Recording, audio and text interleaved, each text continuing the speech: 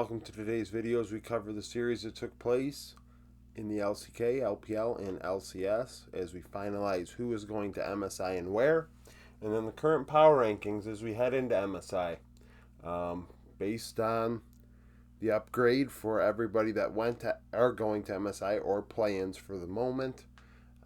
So that is a thing. Predictions went 2-1. I thought Gen.g would win this. Hard throw in game 3. They were ahead for literally 45 minutes.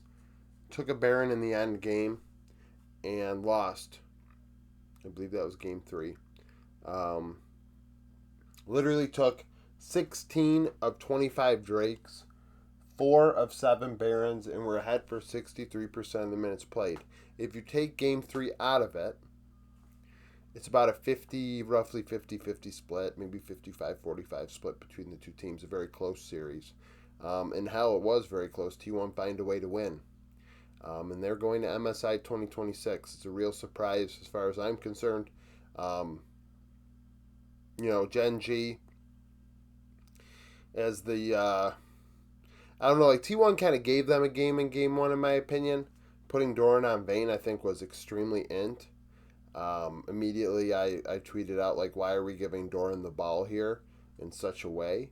Really, is this our plan? Are we going to really attack Keen in top lane and not play through Pays and Keria? Thankfully, they did turn it around for their sake and play through Pays and Keria and did give Doran an Olaf game, but Pays and Keria were big, impactful players in this series. Pays had a 2v2 kill going 22, 11, and 40. 32% of the team's damage and 81 KP. He led in all 3 categories.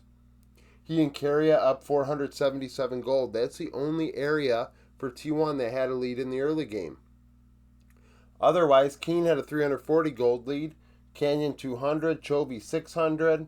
I mean, is this make or break a 700, 600, 700 gold lead for Gen.g on average in 5 games? No, that's at 15 minutes. That's barely anything. But it's a lead nonetheless, right? You'd rather be ahead than behind. T1 averaged 3,374 gold a power play. Gen.g 2,956. Chovy 18, 12, and 36, 27 damage share. Duro had 2 solo 2v2 kills, 75 KP. His Camille in game 1 was very strong. Keen had 3 solo kills in this series. Ruler had 2. Keria had 1. Canyon had 1. And Faker had 1. As a result, Gen.g drop out of first in the power rankings because they're not going to MSI. The international event buff they did not get. So, with that in mind, all they dropped was 1 because they still have a 76% win rate on the season and they went to first stand. So they have went to an international event. So, finishing first and second in 2 splits is better than finishing third or fourth, wherever the fuck T1 technically finished in LCK Cup, and then finishing second in the second split. But I will say this: T1 should be the team that gets out of MSI play-ins. Right now, they only got half a point, same as KC, same as Team Liquid and Deep Cross Gaming. Whoever wins out of those 4 and goes to MSI will get the full point for the being in the main event. And having to face the teams that are there versus the teams that are in play-ins. That's why the strength of schedule will be affected in such a manner. So, barring anything crazy, T1 will get out, and I think they'll end up third in the power rankings as of right now, if they get through that with ease and within striking distance of 2. Hell, they could be in second. It's possible. So that is a thing. So T1 are 5th now. BLG Top Esports, BLG crush them. Not particularly close. We see Top drop to 9th because of it. They were terrible. BLG took 10 of 13 Drakes, 3 Barons. Game 3, Top did put up a fight, but it was over by then. Knight, 4 solo kills, 25, 4, and 30. I mean, the guy is on another level. I say it every day. He right now is the best player in the world. And at this event, with Gen.g out of the way, like, it's only like the T1, like, heebie-jeebies factor that, in my opinion, on paper, well, HLE, I guess. HLE is as competitive as BLG. T1 could win HLE can win. But as far as Zeka is concerned, Zeka into Knight, Knight has the edge in that matchup. So it's going to be tough. We'll talk about that obviously in the next 2 weeks, and then even more so when the event begins. Led in all 4 areas, 29 damage share, 73 KP. BLG averaged 2,800 gold to power play. We see them lead top to bottom, 330 in top lane, 300 in the jungle, 666 for Knight, a 700 gold lead for Viper on. So you're looking at about a 2,000 gold lead at 15 minutes, almost. Very lopsided. Jackie Love had a 2v2 kill, 14, 11, 8. Cream had 3 solo kills, 27 damage share. Feng Yu had a 2v2 kill, 70 KP.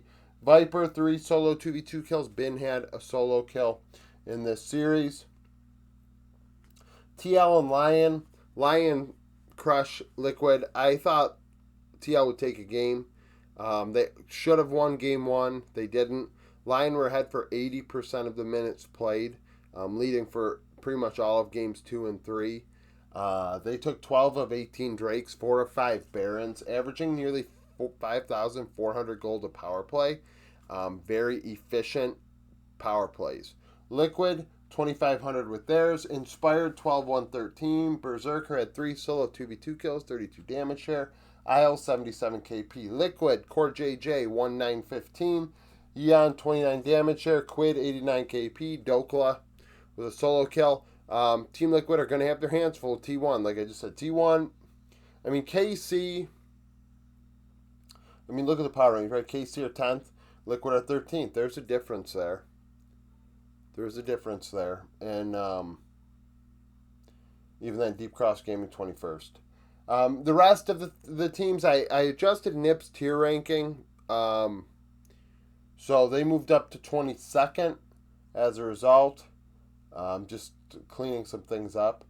And honestly, because teams went to their first international event, in the case of Liquid in particular, Top Esports, over the entirety of the last little while. T1, because they didn't go to the first one.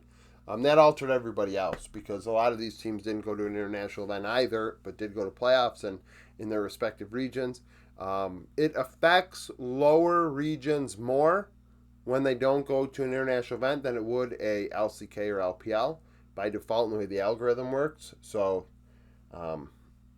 things are working out the way that I'd like them to in terms of the 2026 power rankings as a whole. I know some people don't like that I do it as a whole, but that's what this channel has every day. So if you don't like it, you don't have to be here. But that's kind of how I like to view it. I want to see it change over the entirety of the split, entirety of the season. So thank you for watching. If you liked the video, like it, subscribe to the channel for daily League of Legends content. Follow me on Twitter, join the Discord, become a YouTube supporter, and hope to see you again tomorrow.